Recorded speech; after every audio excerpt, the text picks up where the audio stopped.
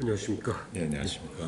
예, 노무현이라는 사람이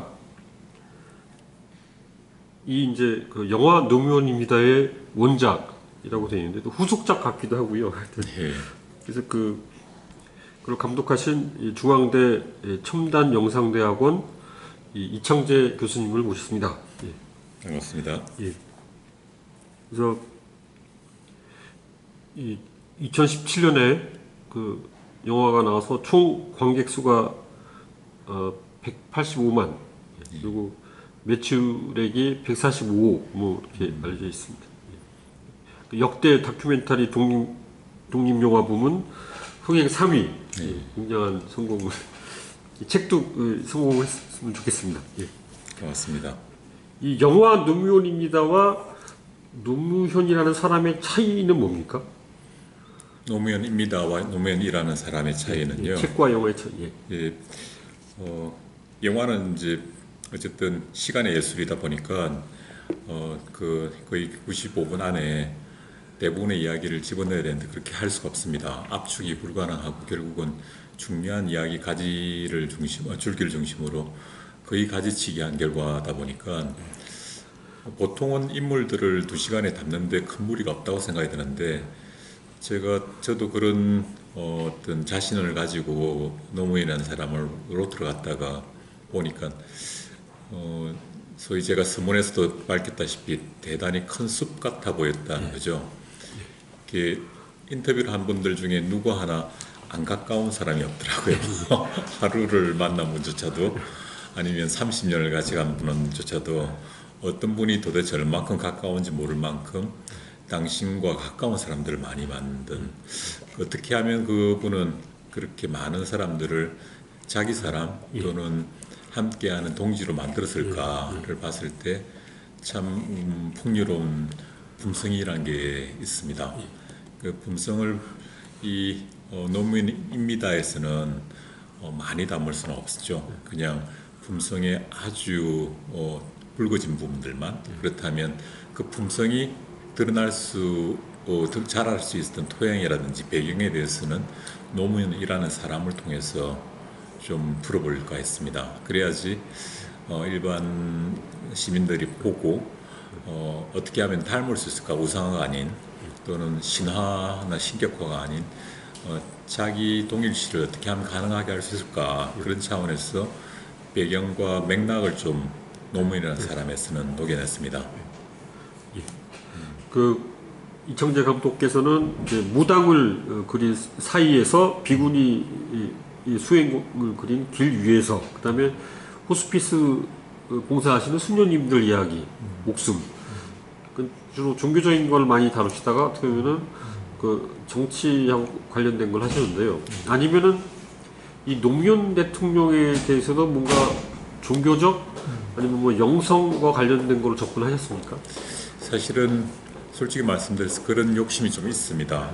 그 제가 깊이 들여다보면 우리가 정치라는 것들도 영성에 비한다면 조금 하류 개념인데 그 영성을 보고 보여줄 수 있지 않을까 했는데 거기까지는 좀 어려웠던 것 같습니다. 그거는 제 개인적인 욕심이 아니었나 생각이 들고, 만약에 제가 노무현 대통령님의 음성을 직접 담고 그분의 생각들을 저의 어떤 식대로 들어가 볼 수 있었더라면 적게라도 영성을 구현할 수 있지 않았을까 싶은데, 반해서 제가 이 노무현이라는 사람이나 노무현입니다를 통해서 보여주고 있던 것은 되게 현세적인 대통령을 떠나서 하나의 인간에 초점이 맞춰진 것 같아요.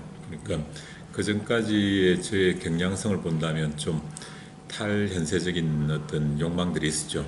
해서 가능하면 이 현세라는 늪지대를 조금 벗어난 연꽃 같은 것을 찾고 싶어 했던 것 같은데, 그 정치라는 거에서 볼 때는 연꽃이 아니고 어떻게 보면 진흙더미죠. 사실은 그 늪지대죠. 이분이 그 연꽃인지 아닌지는 그거는 제가 판단할 수 없는 것 같아요. 다만 그 안에서 진흙 안에서 진흙에 함몰되지 않고 어떤 다른 뭔가의 가치를 좀 구현한 분 아닌가, 그 생각이 하나 들었고요.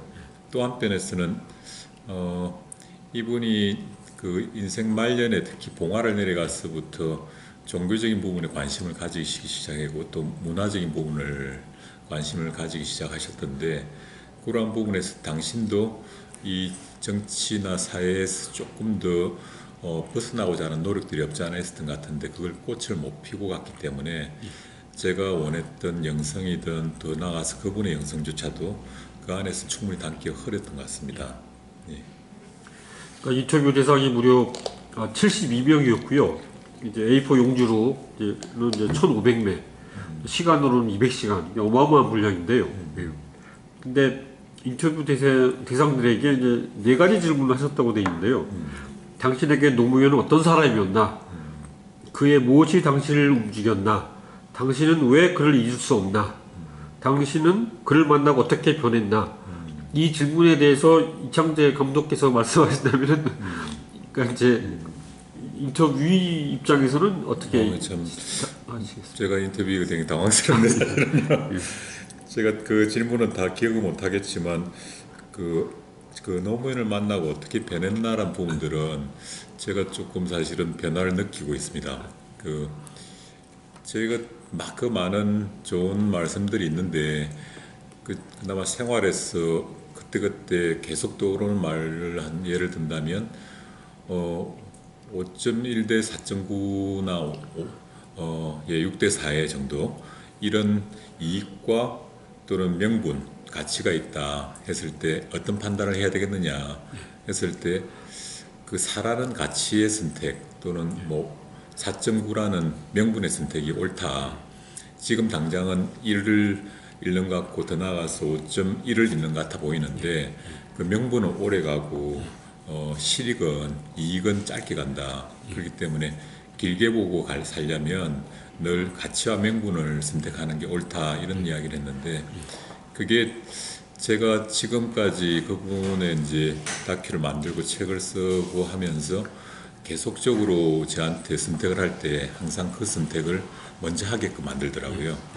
그런 그 명시적인 아포리즘이 있다면 또 다른 부분에서 좀 큰 틀에서 가치지향적인 삶을 앞에 말씀드렸지만 정치라는 늪지대에 들어와서 그 안에서는 옥석이 구분이 안 되는데 불구하고 이 양반은 1988년 첫 국회의원을 나설 때부터도 나의 슬로건 사람 사는 세상 그 가치를 구현하기 위해서 나는 인권 변호사로서의 한계를 맞이했다. 그래서 국회의원의 선거에 출마한다는 출사표를 했는데 거기에서나 인생의 말미에서 당신의 어떤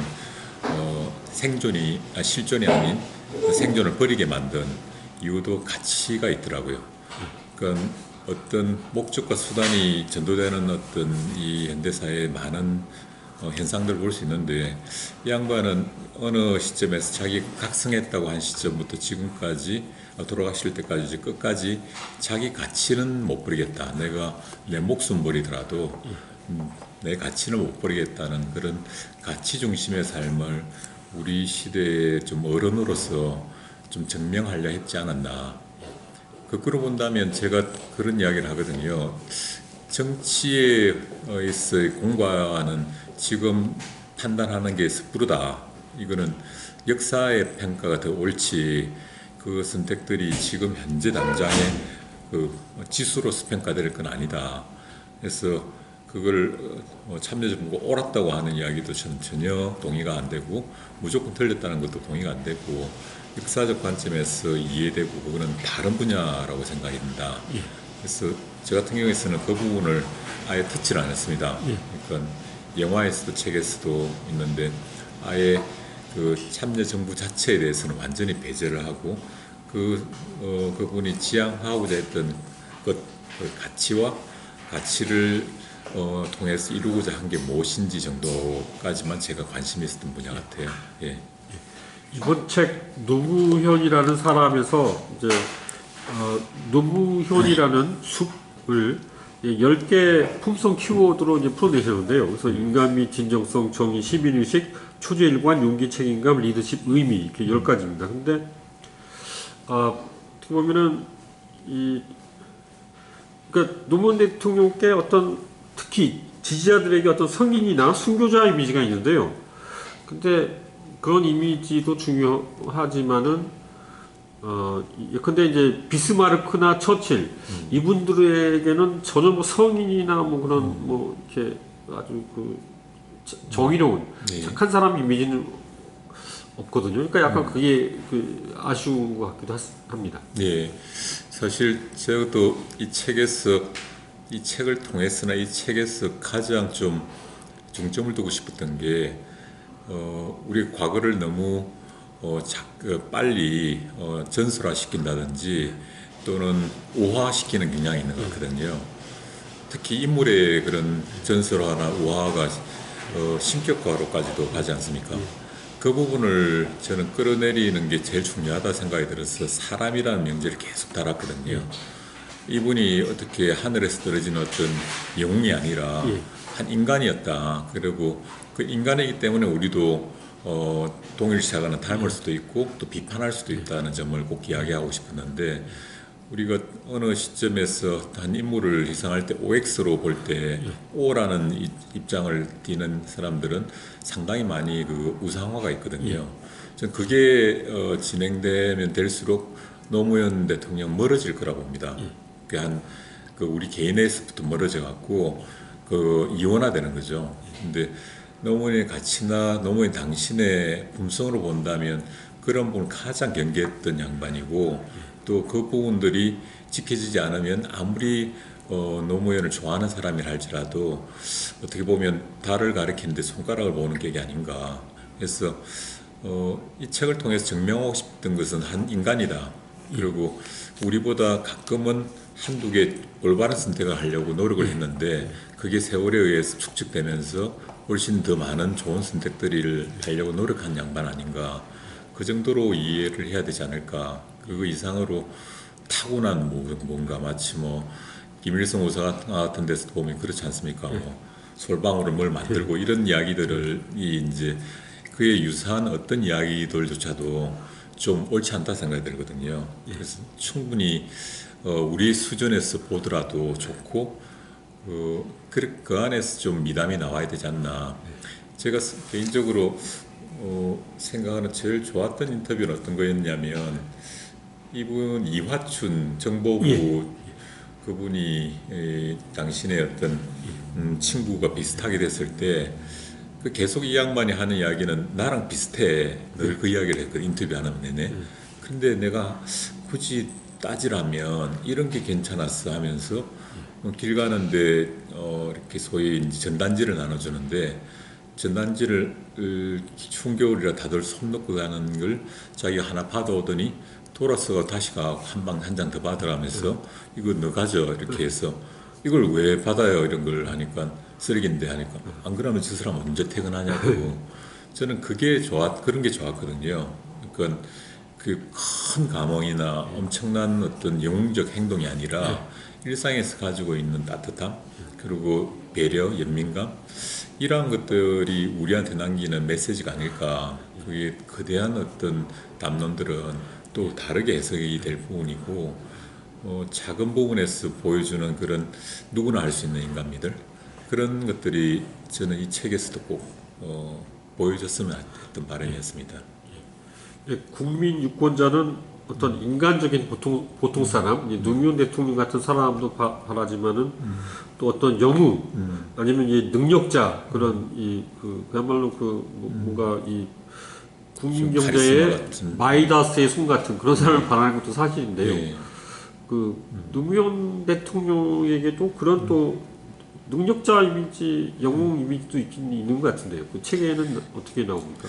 책에서는 그런 영웅을 최대한 이제 땅으로 내리는데 목표를 뒀던 것 같고, 그래서 좀 인터뷰 중에서도 과하다 싶은 제가 납득이 될 수 없는 실제 팩트라 하더라도 그런 부분을 좀 배제를 했습니다. 그리고 조금 더 영화에서는 할애를 못했지만 할애를 많이 해서 참여정부 당시의 낮은 지지도라든지 또는 거기에 따른 설화, 말로 인한 많은 문제들을 이 부분들을 실제 좀 언급을 했었거든요. 했던 게 제가 당시에 느꼈던 참여 정보가 있기 때문에 그걸 덮어놓고 다 잘했다고 이야기하는 것들은 옳지 않다고 봅니다. 그래서 그 부분들은 냉정하게 당신이 하지 않아도 될 실수이자 동시에 국민들하고 함께 소통하거나 발맞춰 가지 못하고 너무 소위 말해서 선구자적, 나쁘게 말하면 독선적인 입장이 너무 강해갖고 그 생각이 옳다 하더라도 호응을 받지 못한 가운데 진행이 됐기 때문에 정책을 입안을 했다 해도 그걸 집행을 하는 데는 여러 벽에 부딪히지 않았나. 근데 또 한편에서는 좋았던 지점은 노 대통령이 퇴임했어. 그걸 아시더라고요. 표현을 이렇게 하는 게 한 분한테 한 게 아니라 여러 분한테 인터뷰를 같이 받았었는데 오바마 대통령이 나오고 나서 이야기를 하는 게 솔직히 이야기해서 오바마는 나보다 더 힘든 과거를 어린 시절 과거를 거쳤는데 불구하고 저 양반은 어떤 표현을 하더라도 저렇게 설득력이 좋고 젠틀하고 사람들을 어떤 마음을 울리게 하는데 나는 왜 투사적으로 싸움꾼처럼 했을까? 그게 자기 자신한테 가장 부끄러운 일이다라는 것을 직접 있는 참모들한테 여러 번 했더라고요. 유시민 씨부터 김경수 비서관까지 다. 그래서 그 부분 또한 저는 좋았던 게 내가 다 옳았으란 판단하지 않고 그렇게 봉화마을 시절에 많은 사람들이 지지를 해도 내가 너무 부끄러웠다고 자기 성찰이나 자기에 대한 어떤 뭐랄까요 부끄러움을 안다는 점이 참 인간적이다 오히려 이렇게 그게 아닌 스스로가 신격화를 시켜나면 그러한 것들 절대 받을 수 없거든요. 그런 점들이 좋았던 것 같아요. 그래서 노무현이라는 사람으로 제가 꼭 단어를 달고 싶은 지점 같습니다. 근데 또 노무현 대통령이 머리가 굉장히 명석하신 분이었기 때문에 예컨대 이제 국무회의에서 어떤 장관이 뭐라 그러면은 다른 장관들은 이게 무슨 자기 분야가 아니니까 못 알아듣는 게 노무현 대통령만 알아듣고 이런 일도 많이 있었다고 그러거든요. 그러니까 사실 이제 참여정부의 지지도가 바닥했을 때, 이제 국민들이 접하는 노무현 대통령은 이제 싸우는 대통령이었지만 또 국정을 또 이렇게 나름대로 이렇게 최선을 다해서 또 수행하신 것 같거든요.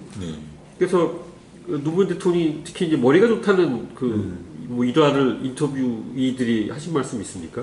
뭐 대단히 많이 했죠. 그 부분들은 솔직히 책에서도 좀 많이 뺐는데 너무 특화시키고 싶지 않았고 했는데 나쁜 거는 사람 이름을 기억 못한다는 정치인으로서 가장 단점을 가지고 있어갖고 5년을 뵀는데도 성은 아는데 이름 모르더라든지 이런 그러니까 특화된 기억력들이 좀 있으시더라고요. 그냥 이름과 얼굴 아는데 이름을 매칭 못 시킨다든지 이런 정치인으로서 약점이 있어 그러한 부분들을 이 우리로 치면 이제 명함록인데 그걸 그 프로그램 만들려고 했던 게 당신의 결점 때문에 그런 것들이 있었는데 반해서 사실 우리 시대 때는 좀 알 수 있죠. 좀 고등학교를 졸업하고 사실을 패스한다는 것 자체가 되게 어려운 부분이고 거기다가 뭐 보통은 학원에서 이렇게 어느 정도 가이드를 주는데 학원 없이 그냥 문자 그대로 책을 들고 혼자 패스했던 부분들은 당시에 제가 기억하기로는 50명, 60명 정도로 이야기를 하더라고요. 사실을 패스하는 사람들이. 근데 그런 부분에서 기본적인 능력이 좋은데 제일 큰 능력을 좀 정보 통합 능력이라고 하더라고요. 정보가 쫙 퍼지는데 대통령한테는 참으로 많은 정보가 오는데 그걸 옥석을 가리면서 어떤 데 선택과 집중을 할 건가 하는 건데 그 판단이 굉장히 빠르다. 그래서 이제 그게 장점과 단점이 있는 것 같습니다. 제가 볼 때는 정치라는 부분에서 본다면 정치가 제일 많이 아는 사람의 리더가 아니고 오히려 그 전문가들을 잘 운용하는 데 있다고 생각은 하거든요. 근데 당신의 머리가 너무 명석하시다 보니 그 전문가들의 키가 눌리게 했다는 얘기를 자꾸 들었습니다. 그러니까 수치를 기억하더라도 더 명확하게 정책을 하더라도 그런 부분에서 조금 불협화음이 없지 않아 있었던 것 같은데 그런 명석함들 자체가 조금 더 빛을 보게 됐으면 좋지 않았을까.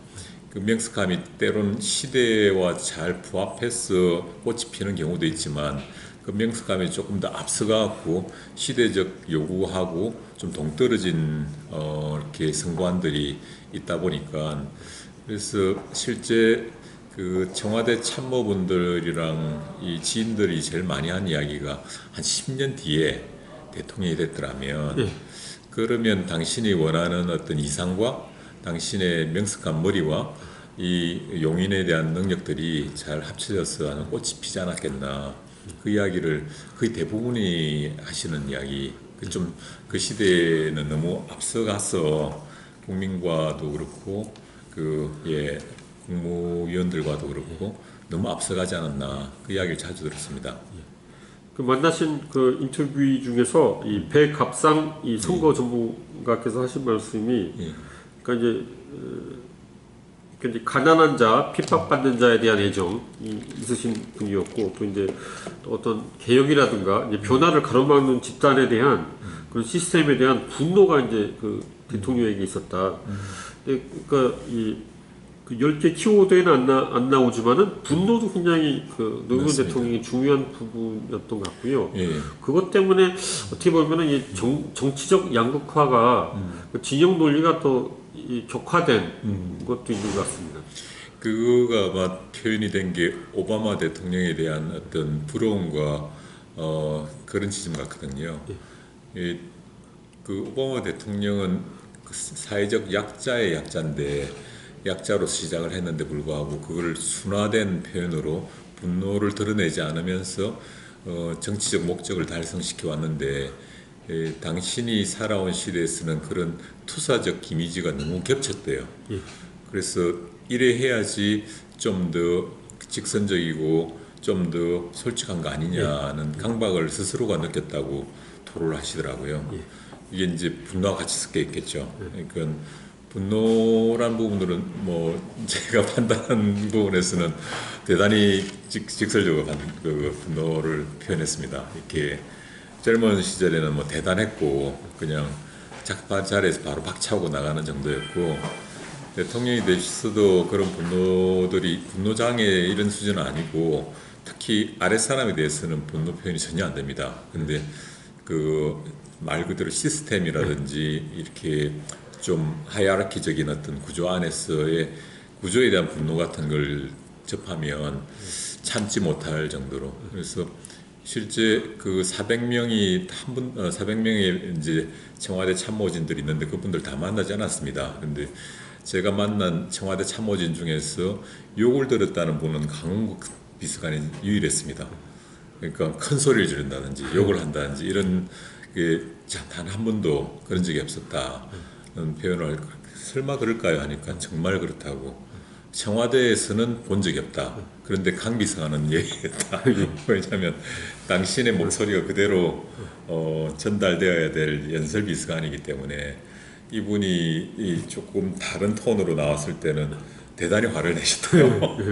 도대체 뭐 하는 거냐고 하면서 소리를 지르냐. 진짜 이렇게 반복 살겠어?까지 표현할 만큼 직선적으로 해갖고 강 비서관님은 소화불량이 걸리셨대요. 그 김대중 대통령 때도 똑같이 연설 참모로 계셨는데 이어서 왔는데 불구하고 김 대통령 때는 소화불량이 없었는데 노 대통령 때는 소화불량이 그 5년 내내 소화불량이었다고 하면서 솔직히 퇴임할 때는 난 좀 해방된 것 같다고 그런 표현을 할 정도로 강 비서관님만큼의 조금 분노의 표출 대상이 아니었나 아소연하기도 좋은 대상이시게 됐고. 예. 마지막으로 독자분들께 한 말씀 해주십시오. 예. 그 노무현이라는 사람은 제가 판단할 때는 사람 노무현을 가장 잘 이해할 수 있는 책인 것 같습니다. 그러니까 지금까지 나와 있는 정치적인 또는 역사적인 인물로서의 노무현이 아니라 인간 노무현을 탐구하기 위한 하나의 통로라고 봅니다. 그래서 그 통로를 아직 모르고 그냥 노무현이라는 이름과 그냥 아우라만 알고 있는 분들이 있다면 책을 통해서 노무현을 읽을 수 있고 이해할 수 있고 나아가서 닮을 수도 있는 좋은 입문서 같습니다. 예, 감사합니다. 예, 고맙습니다.